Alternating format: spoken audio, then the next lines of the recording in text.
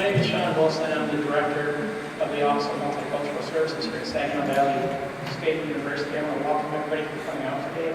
I want to talk a little bit about our formats for today, and I'll use a brief introduction. Before we get to that, although I stand in front of you today, this is an idea that came from Tyler Bradley, who's standing to my right. So let's give him a round of applause. Tyler came to my office and said, "Hey Sean, we need to have a discussion about the events in Ferguson, Missouri." And then we tossed some ideas back and forth, and here we are today. I want to thank Program Board, the Office of Multicultural Services, as well as Residential Life for their support, and our panelists, who I will introduce in a bit. Our format today is going to be pretty simple. We're here for 60 minutes. Each one of our panelists are going to speak for up to 8 minutes apiece. If they hit their 8 minutes, I'm going to stop them. So we have about 40 minutes of commentary. Each one of our panelists are actually going to speak within their own discipline on why the events in Ferguson, Missouri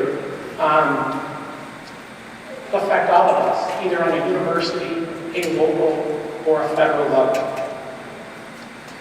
So, on August 9, 2014, Michael Brown, an 18-year-old male, died after being shot at least 6 times by Darren Wilson, a Ferguson police officer. Michael Brown reportedly was walking in the middle of the street when Officer Wilson stopped to tell him to move to the sidewalk. Protests and civil disorder began the day after the fatal shooting. Local law enforcement told protesters they were to keep walking or face arrest. Multiple arrests, including journalists and law-abiding citizens, followed. 2 months later, protests still occur in Ferguson, Missouri. On Tuesday, October 7, 2014, a federal judge ruled that police in Ferguson, Missouri violated the Constitution when they told protesters that they had to keep walking and that they couldn't stand still during protest. So again, we are here today to have an open dialogue on how the events in Ferguson, Missouri affect all of us here at Saginaw Valley State University. So without further ado, I'd like to introduce our panelists. Dr. Carol Zimmermann, Dr. Kenneth, Dr. Joseph Ofori-Dankwa, Dr. Beth Jorgensen, and last but certainly not least, Dr. Hinton. Dr. Carol Zimmermann, you're up.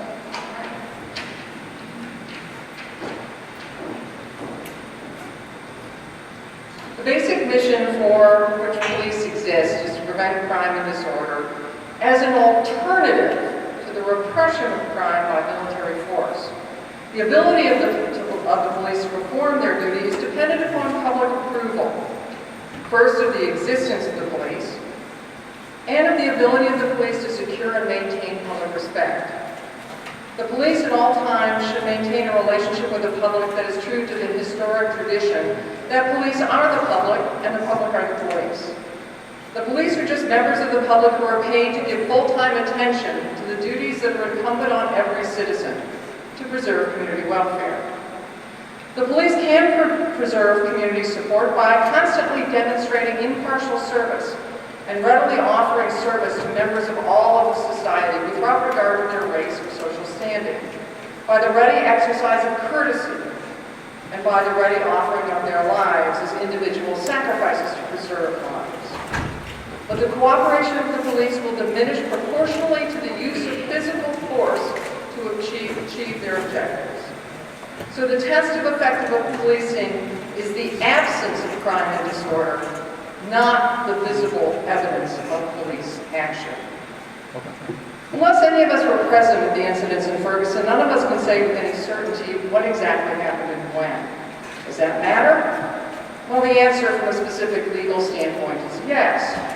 But I would argue that from a larger policy discussion, debates over the details of the incident are at best a distraction from the issue that deserves not just attention and discussion, but thought, energy, strategic decisions, and importantly, very hard work.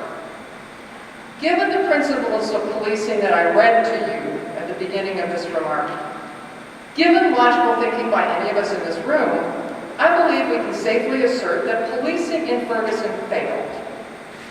Policing in Ferguson did not meet the principles I quoted to you. Those principles are not my thoughts.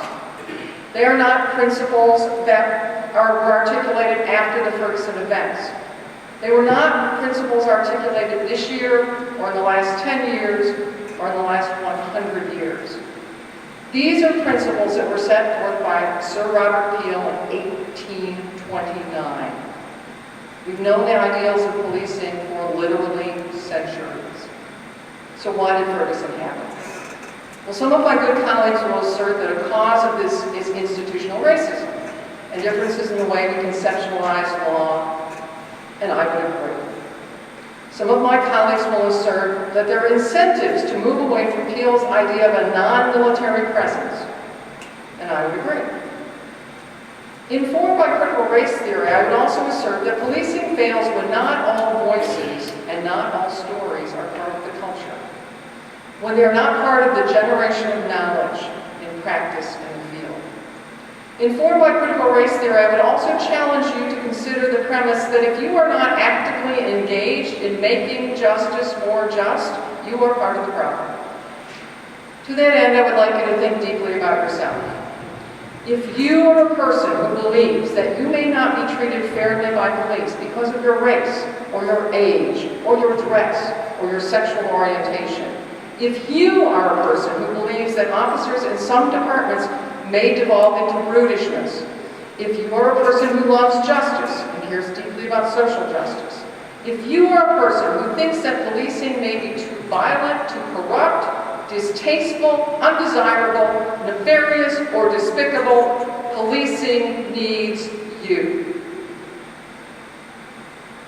Just as I assert that Ferguson indicates that policing has failed to meet its ideals, I assert to you that unless the privileged among us, you and I, who have the benefit of education, you and I who love justice, and grow fearful that institutions such as the police may not represent what we cherish, that you and I, who think and speak out and open policy windows that allow and welcome change, you and I cannot stop at the window. Policing will never meet the ideals of the paid citizen protector of rights and peace if the best of us do not step up and step into the chaos of the moment. If the best of us do not step up and step into a culture and an institution that does not look like us or act like us. If the best of us do not step up and become leaders in policing. If the best of us continue to consider the police as them, policing fails. Is stepping into leadership inside a flawed social institution tremendously hard work? Are the issues with policing seemingly intractable? Is this the wackiest career choice you have ever pondered? All of these may be true. But intense commitment and work to build a social institution that represents the best of all of us in the long term, and in a way that creates an institution that reflects and embraces the spirit and the ideals of a diverse society takes work. When I was in practice to reform a very flawed juvenile correctional system, this idea of action was made real to me, the unglamorous part of it. A reporter took me to task for putting young offenders moving back into the community into group homes rather than into single-family loving homes. And I agreed with her that the research indicates that putting returning young felons into group homes is not as effective as putting them into loving families. So I said to her, "How many do you want? I get the paperwork started and we can probably have a returning felon in your home next week." And she said, "Oh, not me. I wasn't saying me. I was saying it's your job to make sure they go to loving homes." But the work is different. And the work is frightening. And the path is probably never ending. But the future is yours to build. So if you love social justice, if you think that policing is the least likely profession for you. Policing probably needs you most of all.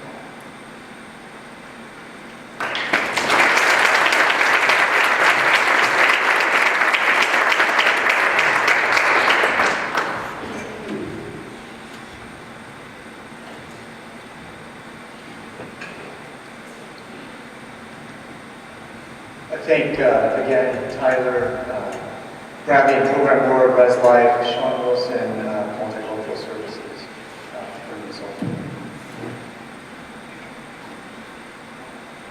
This is what the Lord says.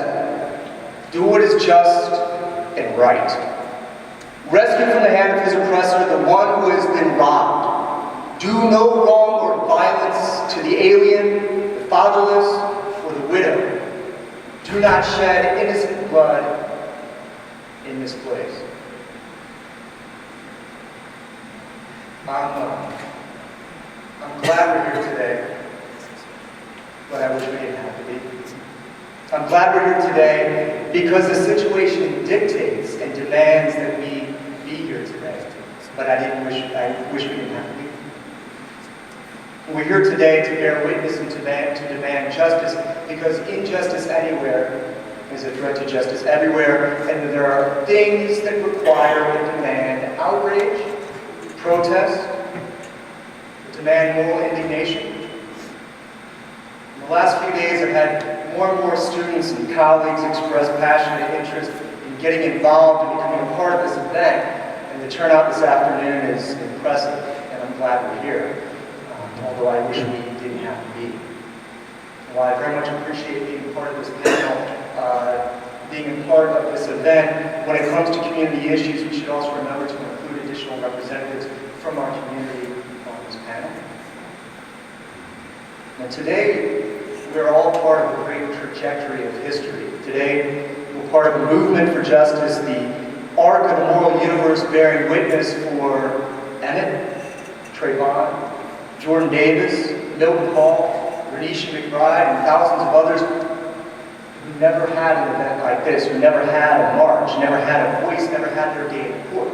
Today, you and I speak for them, and because of that, we become part of the arc of justice, part of the movement, as the abolitionist Theodore Parker asserted, quote, the arc of the moral universe is long, but it bends towards justice. Immediately following the shooting of Mike Brown, I heard some argue that the protests and demonstrations should cease, slow down until all the facts are in, lest we rush to judgment. And there are many who may even criticize the program that we have this afternoon responsibly. And there's always been those, however, who believe in the inevitability of justice and believe that she moves perfectly fine on her own, counsel patience rather than direct action. But History proves that Lady Justice has more often needed our guidance, needed our motivation. In response to those who told Dr. King to slow down, to be patient, to let justice run its course in Birmingham, Alabama in 1963, Dr. King responded from his cell in the Birmingham jail. Quote, "You deplore the demonstrations taking place in Birmingham. You deplore those demonstrations, but your statement, I am sorry to say, fails to express similar concern for the conditions that brought about those demonstrations. It is unfortunate that demonstrations are indeed taking place in Birmingham, but it is even more unfortunate that the city's white power structure left the Negro community with no alternative. For years now, I have heard the word wait. It rings in the ear of every Negro with piercing familiarity. This wait has almost always meant never. We must come to see with one of our distinguished jurists that justice too long delayed is justice denied. It is true that the police, Dr. King continues, it is true that the police have exercised a degree of discipline in handling the demonstrators.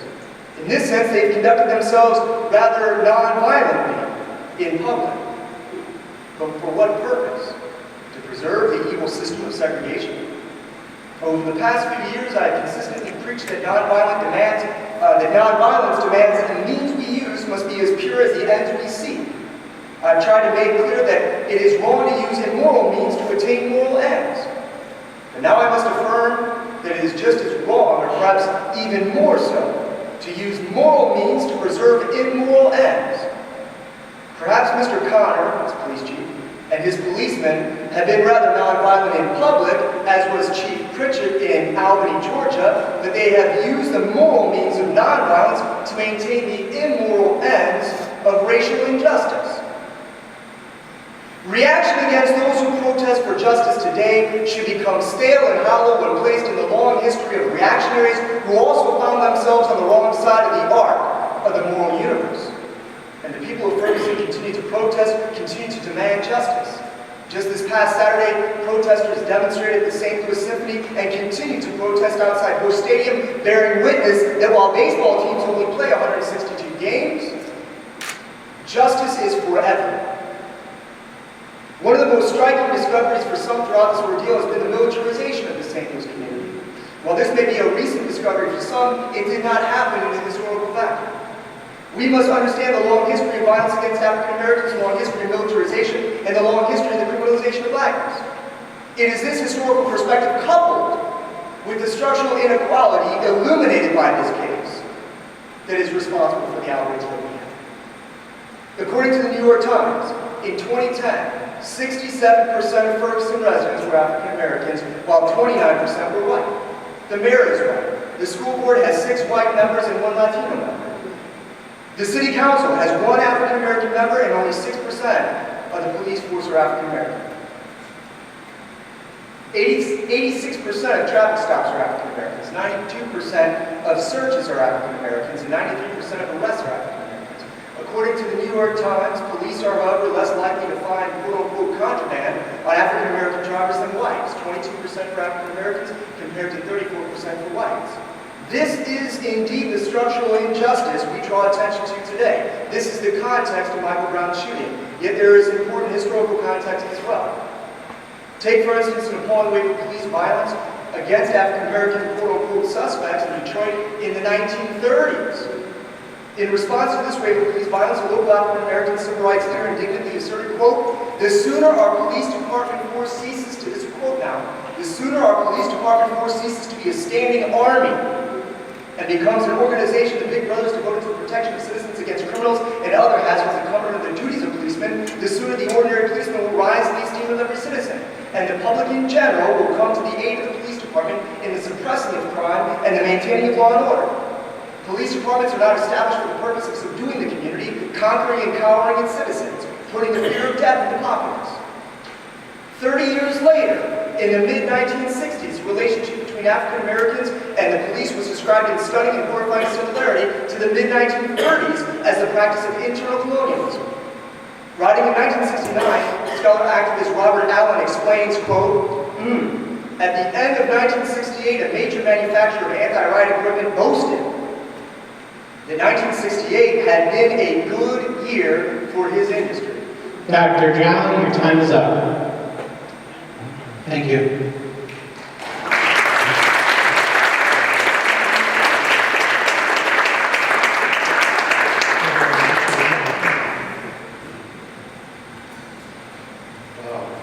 The way time is up was said was so frightening that just said time's up. Jeez. And as I'm saying this, I noticed that my time is also over. You are correct. But the question that I posed as I prepared to give this 3-hour presentation was unfortunately a very stark one. The question that I posed today is how often are unarmed black men shot down by police? And this question has implications for me because I just so happen to have a son. And as I looked at this question, came across a very well-written article by Frank Wine Walter in the Daily Course. And the question that he posed was, how often are unarmed black men shot down like this? I wish we did not have to ask such a question. Oh, I wish we did not have to ask such a question. That the stark reality of life is that we must ask these questions. And so as a social scientist, and looking very, very well at this well-written article by Walter, I got the most important aspects of the article.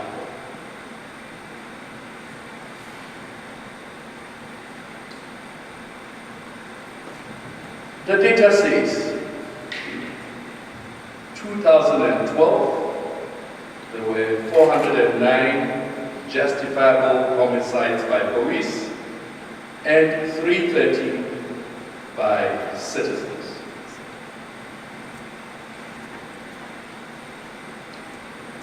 But then, interestingly enough, if we want to find out how many unjustified shootings by law enforcement, no data collected by the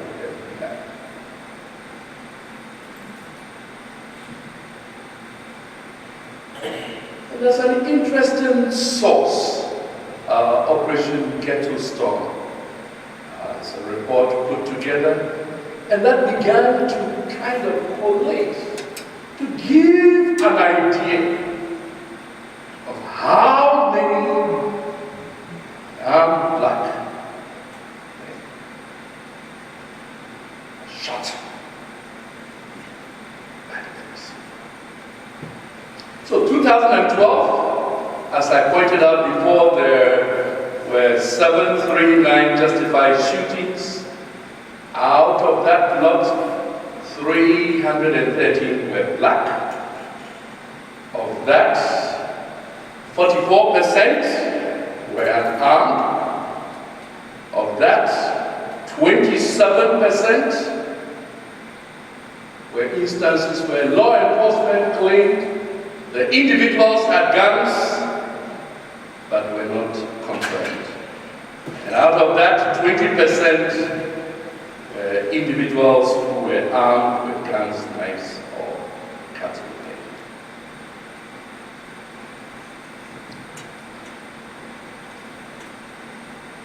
And if you take a look further at the data, it shows that, for example, Chicago has 32%, 33% black population. The percentage of people killed by police who were black was a whopping 91%. And then if you look somewhere right down here we are Saginaw. We made it in this table. In Saginaw, Michigan, we have 46% of our population that is black. And if you look at the number of people who were killed by the police, we have a wonderful 100%.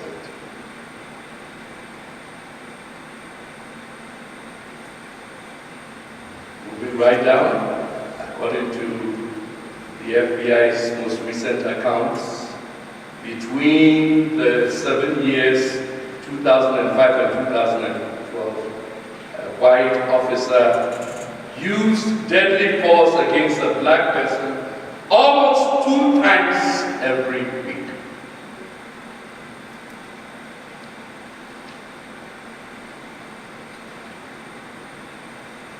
And of those black persons killed, nearly 1 out of 5 are under the age of 21 years of age. By comparison, 8.7% of white people were killed by police officers who were younger than 21%.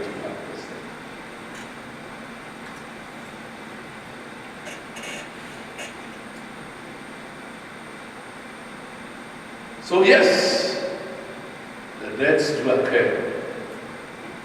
But then when the deaths occur, there is the double tragedy in the vast discrepancy by which the media portray these deaths and for that matter crimes when you compare whites and blacks. For example, according to the Huffington Post, when Eric Bellucci murdered his parents, the media outlets were saying, oh, the son in Staten Island murders, he was brilliant, he was athletic, all of this. Oh, but there were some demons that got to him. And if you go in stark contrast to Trayvon Martin, young man going to home to just watch. And that's the tragedy of it, even as we sit in the comfort of this auditorium. Young man just going home to watch some basketball game. Skill. And then all of a sudden, the negatives associated with this young man.